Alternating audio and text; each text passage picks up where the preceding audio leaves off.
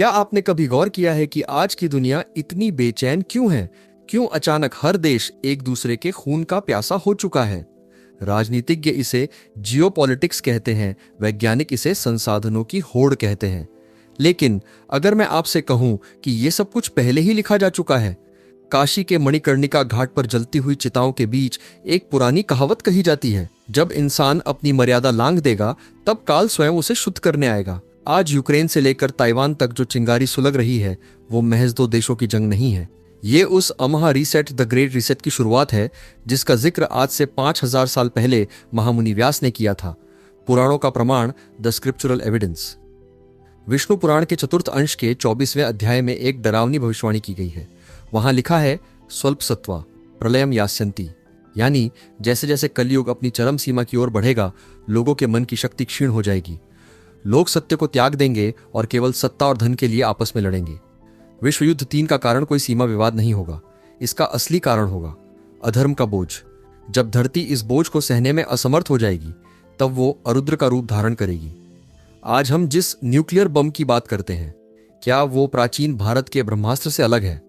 महाभारत में अश्वत्थामा द्वारा छोड़े गए ब्रह्मास्त्र का वर्णन पढ़िए। एक ऐसा प्रकाश जो 1000 सूर्यों के बराबर था, जिससे गर्भ में पल रहे शिशु भी झुलस गए। क्या यह आधुनिक परमाणु युद्ध का सटीक वर्णन नहीं है? 5090 भाग 3। युद्ध के 3 आध्यात्मिक आयाम, द डीप वाई। लेकिन सवाल यह है कि यह युद्ध अभी ही क्यों? इसके पीछे 3 ऐसे गुप्त कारण हैं जो दुनिया की कोई न्यूज एजेंसी आपको नहीं बताएगी। 1, सामूहिक कर्मों का विस्फोट, द कार्मा बर्स्ट। जैसे एक गुब्बारे में हवा भरते भरते वो एक दिन फट जाता है, वैसे ही पूरी मानवता की नकारात्मकता, गुस्सा, नफरत और लालच ब्रह्मांड में जमा हो रही है।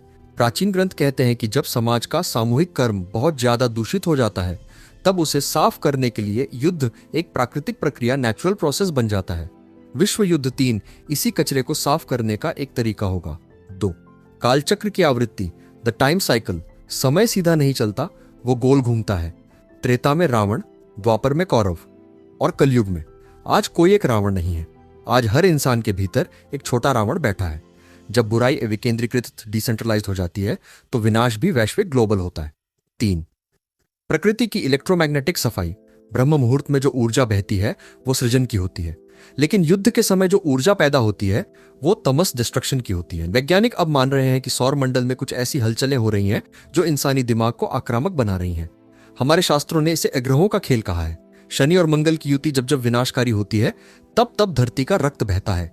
भाग 4, 2026 और भविष्य की आहट, द टाइमलाइन। भविष्यवाणी करने वाले कई संतों का मानना है कि साल 2024 से 2029 के बीच का समय मानवता के इतिहास का सबसे कठिन समय होगा। यह वो समय है जिसे संधिकाल कहा जाता है, पुराने युग का अंत और नए युग का प्रारंभ। विश्व युद्ध 3 इसी संधिकाल की अग्नि परीक्षा है। क्या हम इसे रोक सकते हैं? शायद नहीं, क्योंकि जो बोया है उसे काटना ही होगा। लेकिन क्या हम खुद को बचा सकते हैं? हाँ, श्रीमद् भागवत कहती है कि प्रलय के समय भी वही सुरक्षित रहता है जो स्थित प्रज्ञ है, जिसकी चेतना शरीर से ऊपर उठ चुकी है। दोस्तों, डार्क रियलिटी ऑडियो बुक का ये वीडियो आपको डराने के लिए नहीं है, ये आपको उस सत्य से रूबरू कराने के लिए है जो आप अपनी भागदौड़ भरी जिंदगी में भूल चुके हैं। अगर कल को दुनिया की बिजली गुल हो जाए, मिसाइलें आसमान में हो, तो आपके पास क्या बचेगा? न बैंक बैलेंस, न सोशल मीडिया फॉलोअर्स। आपके पास बचेगा सिर्फ आपका आत्मबल और आपकी साधना। विश्व युद्ध 3 बाहर शुरू होने से बहुत पहले आपके भीतर शुरू होगा। अगर आप अपने भीतर की शांति जीत गए, तो बाहर की जंग आपके लिए बेमानी होगी। कल सुबह जब आप उठे तो खबरें मत देखिए, 5 मिनट शांत बैठिए, उस अमहाकाल से जुड़िए जो काल के भी पार है, क्योंकि अंत ही आरंभ है। अगर आप इस महायात्रा में मेरे साथ हैं, तो कमेंट में लिखें कालजयी। अपनी ऊर्जा को संजो कर रखें, क्योंकि आने वाला समय आपकी परीक्षा लेने आ रहा है।